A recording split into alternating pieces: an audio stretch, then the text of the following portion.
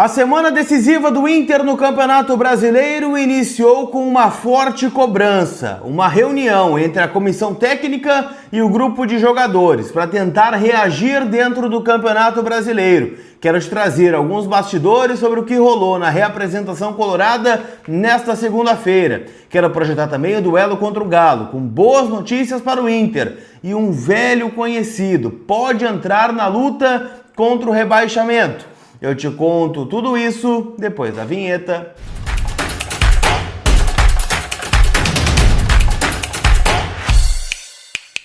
Tudo bem, gente? Vamos trocar uma ideia então, afinal, eu quero atualizar as últimas informações do Internacional Colorado, né, que se reapresentou nesta segunda-feira, já avisando o jogo contra o Atlético Mineiro, que tem tudo, gente, para ser uma grande decisão. É aquilo que eu tenho falado, né? Falei no AM Colorado, falei também no Vozes do Gigante, de que este jogo contra o Atlético Mineiro pode ser o jogo que vai livrar o Inter do rebaixamento. Claro que matematicamente ainda não, mas se o Inter ganhar o jogo do Galo no domingo à noite no estádio Beira-Rio, somado a uma vitória do Cruzeiro contra o Vitória no Mineirão, Cruzeiro que ainda está matematicamente na luta pelo título brasileiro, o Inter abre 7 pontos de vantagem para o Vitória, faltando 7 jogos.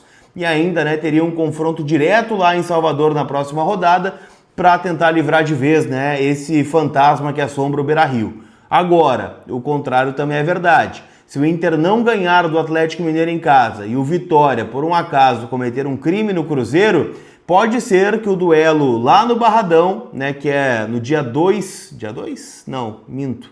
É quarta-feira, tá? Da próxima semana, lá em Salvador, o Inter pode, com uma derrota, ingressar na zona do rebaixamento. Então, esse jogo vale muito. Até por isso, tá rolando promoção de ingresso. Para sócio tá de graça, para não sócio, né, R$20 em qualquer hora livre do Beira-Rio. Então chegou a hora, gente, da gente comprar esse barulho, não da direção, né, eu comprar o barulho do Internacional, para que a gente tenha um final de ano menos vexatório, né, e que não seja coroado com o segundo rebaixamento. Então, né, todos ao Beira-Rio no final de semana. Eu quero atualizar, né, como está sendo essa semana colorada em nome da Mais Ágil. E vale o recado, tá? Porque são os últimos dias para você antecipar o seu FGTS antes das mudanças do governo federal. Então, se tu tem, né, os planos de antecipar o FGTS para pagar boleto que está atrasado, ou fazer um investimento, né, tá pensando em dar uma entrada num carro, num apartamento, a gente sabe que o fundo de garantia sempre é uma renda importante. Então chama Mais Ágil que eles vão te ajudar. O link está no primeiro link da descrição. E também, gente, tem o WhatsApp aí na tela para você chamar eles, QR Code, enfim, né, para entrar em contato com a Mais Ágil, esclarecer suas dúvidas e ali mesmo, né, já dá início à antecipação do teu FGTS, tá? Então, Mais Ágil, minha parceira aqui dentro do canal, tá certo? Turma, a reapresentação ocorreu, né, nesta segunda-feira à tarde, o primeiro treino, né, visando o duelo contra a equipe do Atlético Mineiro, né, o Atlético que joga nesta terça-feira ainda, né, pela Copa Sul-Americana.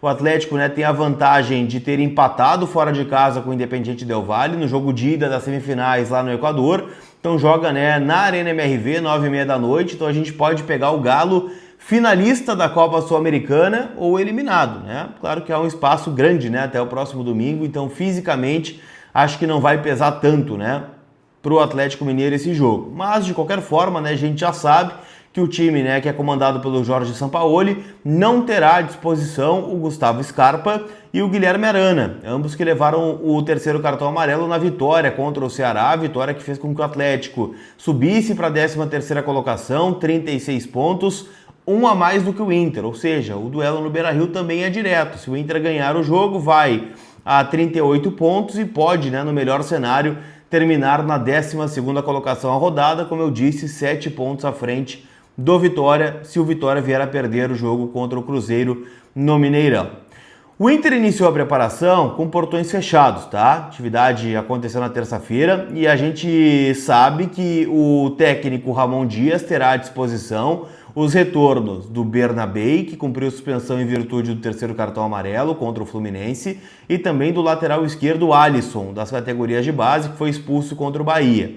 Não há desfalques, pelo menos, né, ainda confirmados. O Vitão é uma dúvida, ele teve um estiramento no joelho e o Inter tenta, né, uma força-tarefa para tê-lo à disposição. Eu, sinceramente, acho muito difícil, tá, que ele fique apto, tanto é que a projeção inicial que eu ouvi, né, de pessoas que têm acesso ao vestiário era contra o Bahia, no melhor cenário, no dia 8 de novembro, ou pós-parada FIFA, e aí só lá contra o Ceará na segunda quinzena de novembro. Então perderia 4 jogos, Fluminense, Vitória e Bahia. Fluminense, Vitória, Bahia. E é isso, e o Ceará, né, ficaria como dúvida, perderia 3 jogos. Então a questão é essa. Mas o grande ponto, gente, é que a segunda-feira também foi marcada por um chute na porta do Ramon e do Emiliano Dias, que querem atacar muito nesta semana o anímico e o mental dos jogadores. O relato que eu recebi de uma pessoa que tem acesso ao vestiário do Internacional é de que o pós-jogo no Maracanã contra o Fluminense foi de um vestiário extremamente abatido, né? Não só pela derrota, né? Porque teoricamente quando tu vai jogar fora de casa, na situação que o Inter tá, contra um adversário que está brigando por vaga de Libertadores, é perder, né? Mas a forma como o Inter perdeu, o amasso que o Inter tomou, o Ivan sendo o melhor em campo, foi de um vestiário abatido e derrotado. Então, né, isso também abateu bastante, né, o Ramon e o Emiliano Dias na coletiva de imprensa. A gente viu, né, o Emiliano falando sobre o momento ser para homens, o Ramon, né, comparando os momentos, né, lá no Corinthians, no Vasco, onde ele chegou a bater na mesa, né, dizendo que o Vasco não seria rebaixado, e neste momento, né, a fala foi de que não prometeram nada para a torcida e que gostariam de um resgate anímico da equipe. Então, o Inter está tentando, e aqui quando eu falo Inter, eu falo comissão técnica, atacar este problema, para que o Inter seja um time enérgico, né? Um time potente, né? Um Inter que responda, né? Que se imponha em casa contra o Atlético Mineiro, por mais difícil que seja o jogo. Então, este é o principal foco da semana, né? Que o Inter vai trabalhar. Como eu disse, né, uma partida decisiva, o estádio tende a ter público, né, não sei se vamos superar a casa dos 20 mil, ainda não há uma projeção, mas do que eu ouvi de pessoas da administração é que neste momento a torcida não está comprando essa ideia, tá? A projeção, né, em cima dos softwares lá, né, de check-ins, de venda de ingressos, ainda é bem abaixo, né, do que a gente está precisando para esse momento. Então faço o convite mais uma vez, né? Sei que está tudo uma M, né, que a direção é incompetente, que os jogadores são omissos, mas é o nosso Inter, né, gente? Pode ficar pior a situação. Então, né, tá na dúvida, vai pro Beira-Rio para cantar, para incentivar, para gritar a plenos pulmões, e se tudo der errado, estádio cheio com pressão para protestar também contra essa incompetência e para a saída de dirigentes. Eu já sou um cara que, vocês conhecem a minha linha de trabalho, não gosto da ideia de, vamos demitir, né, fazer campanha por demissão, mas acho que tudo tem um limite, né? Em especial, falo aqui da figura do Bisol e até mesmo do Mazuco, né? O Mazuco penso mais em 26, tá? Que um executivo novo já poderia trabalhar possibilidades para o ano que vem. E o Bisol, na boa, né? Já deu o que tinha que dar, ó, valeu. Aquele abraço, aquele post no Twitter, né? Ainda no domingo, para mim, escancara, né?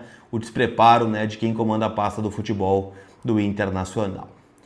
Pra gente fechar, eu quero falar que o Inter pode ganhar um velho conhecido na briga contra o rebaixamento. Afinal, o Bragantino, né, vem de 3 derrotas consecutivas, demitiu o técnico Fernando Seabra após a derrota, né, para o Vasco da Gama por 3-0 em Bragança Paulista. E o Bragantino tem os mesmos 36 pontos do Atlético Mineiro, ou seja, só um ponto a mais do que o Internacional.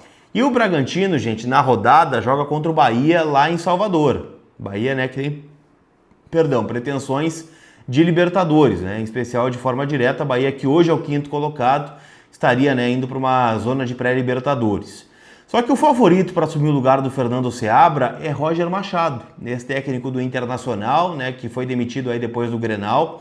E o grande ponto ou curiosidade é que na última rodada do Campeonato Brasileiro, ou seja, na rodada 38, tem Inter e Bragantino aqui no estádio Beira-Rio. Então, espero que não seja um jogo decisivo para nós, né? Mas pode ser para o Bragantino, que pode, né, ter o Roger Machado como comandante nesta partida. No mínimo curioso, né? O destino pregando essa peça aí.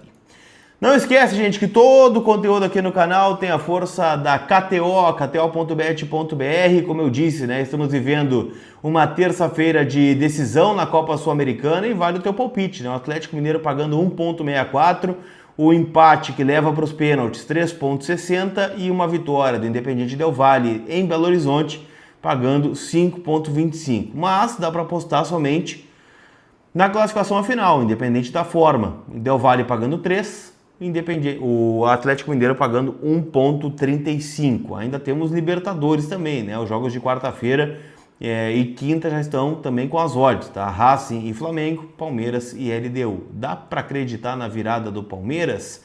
3, pagando a classificação do Verdão à final da Copa Libertadores da América. Lembrando que o jogo de ida foi 3-0 para a LDU jogando lá na altitude de Quito. Lembrando, KTO, uma casa para maiores de 18 anos, jogue com responsabilidade. Tá certo?